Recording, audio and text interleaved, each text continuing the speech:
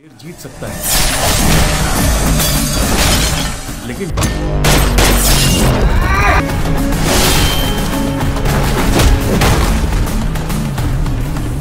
মনে করেন আপনার বয়স 10 বছর।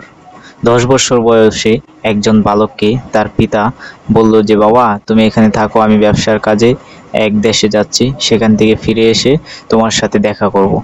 তো এই কথা বলে যখন চলে যায় তারপর থেকে তার বাবা আর ফিরে আসেনি।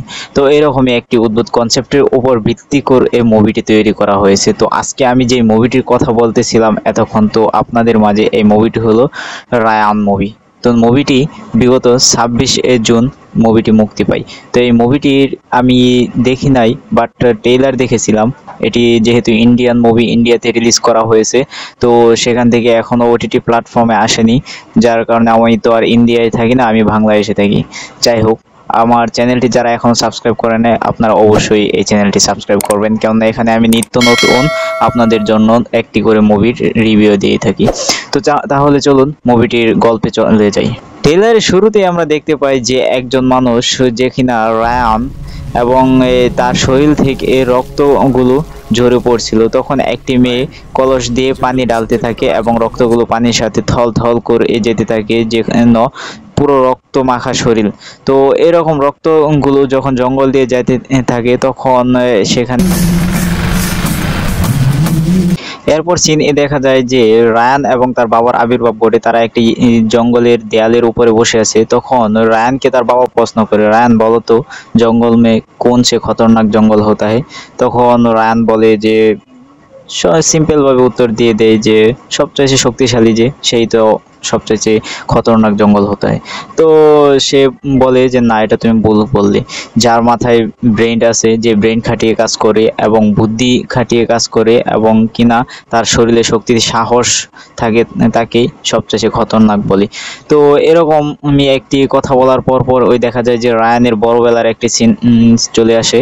তো সেই সিনে আমরা দেখতে পাই যে রায়ান এমন একটি ফাইট নিয়ে আসে যা অদ্ভুত টাইপের ফাইট, যে কিনা সেকেন্ডের ভিতরে 8-10 জন মানুষকে মেরে ফেলে একসাথে।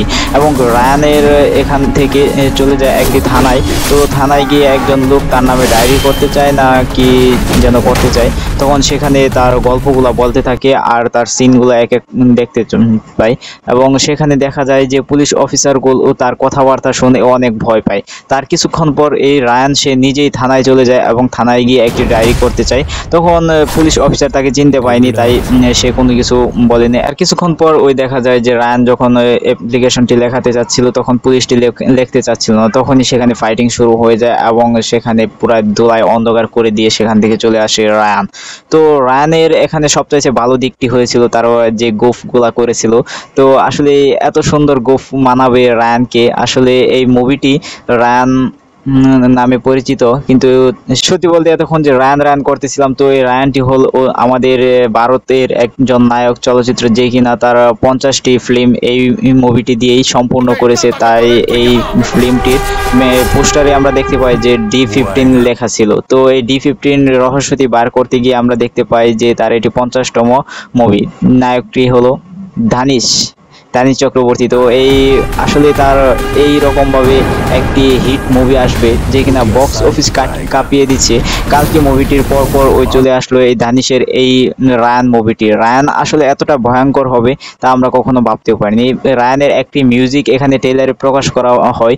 তো এই মিউজিকটি অদ্ভুত টাইপের ছিল। আসলে এই মিউজিকটি যদি আপনি রাত্রে হেডফোন লাগিয়ে শোনেন তাহলে আমার মনে হয় যে আপনার চোখ দিয়ে পানি পড়তে বাধ্য হবে। এরকমই একটি কষ্টের একটি মিউজিক তৈরি হয়, কেননা এই মিউজিকটি ছোট্টবেলার একটি কষ্টে, যেখানে কিনা 10 বছরের একজন বাচ্চাকে ফেলে রেখে মা মারা যায় এবং পিতা অদ্ভুত হয়ে হাওয়া হয়ে যায় আর ফিরে আসে না কখনো। তো এরকম একটি ছেলের কনসেপ্টের উপর ভিত্তি করে এই মুভিটি তৈরি করা হয়েছে। তো চলুন আমরা এই মুভিটি সম্পূর্ণভাবে দেখব এবং আমার কমেন্ট করতে ভুলবেন না কিন্তু এই মুভিটি কেমন যারা দেখেছেন।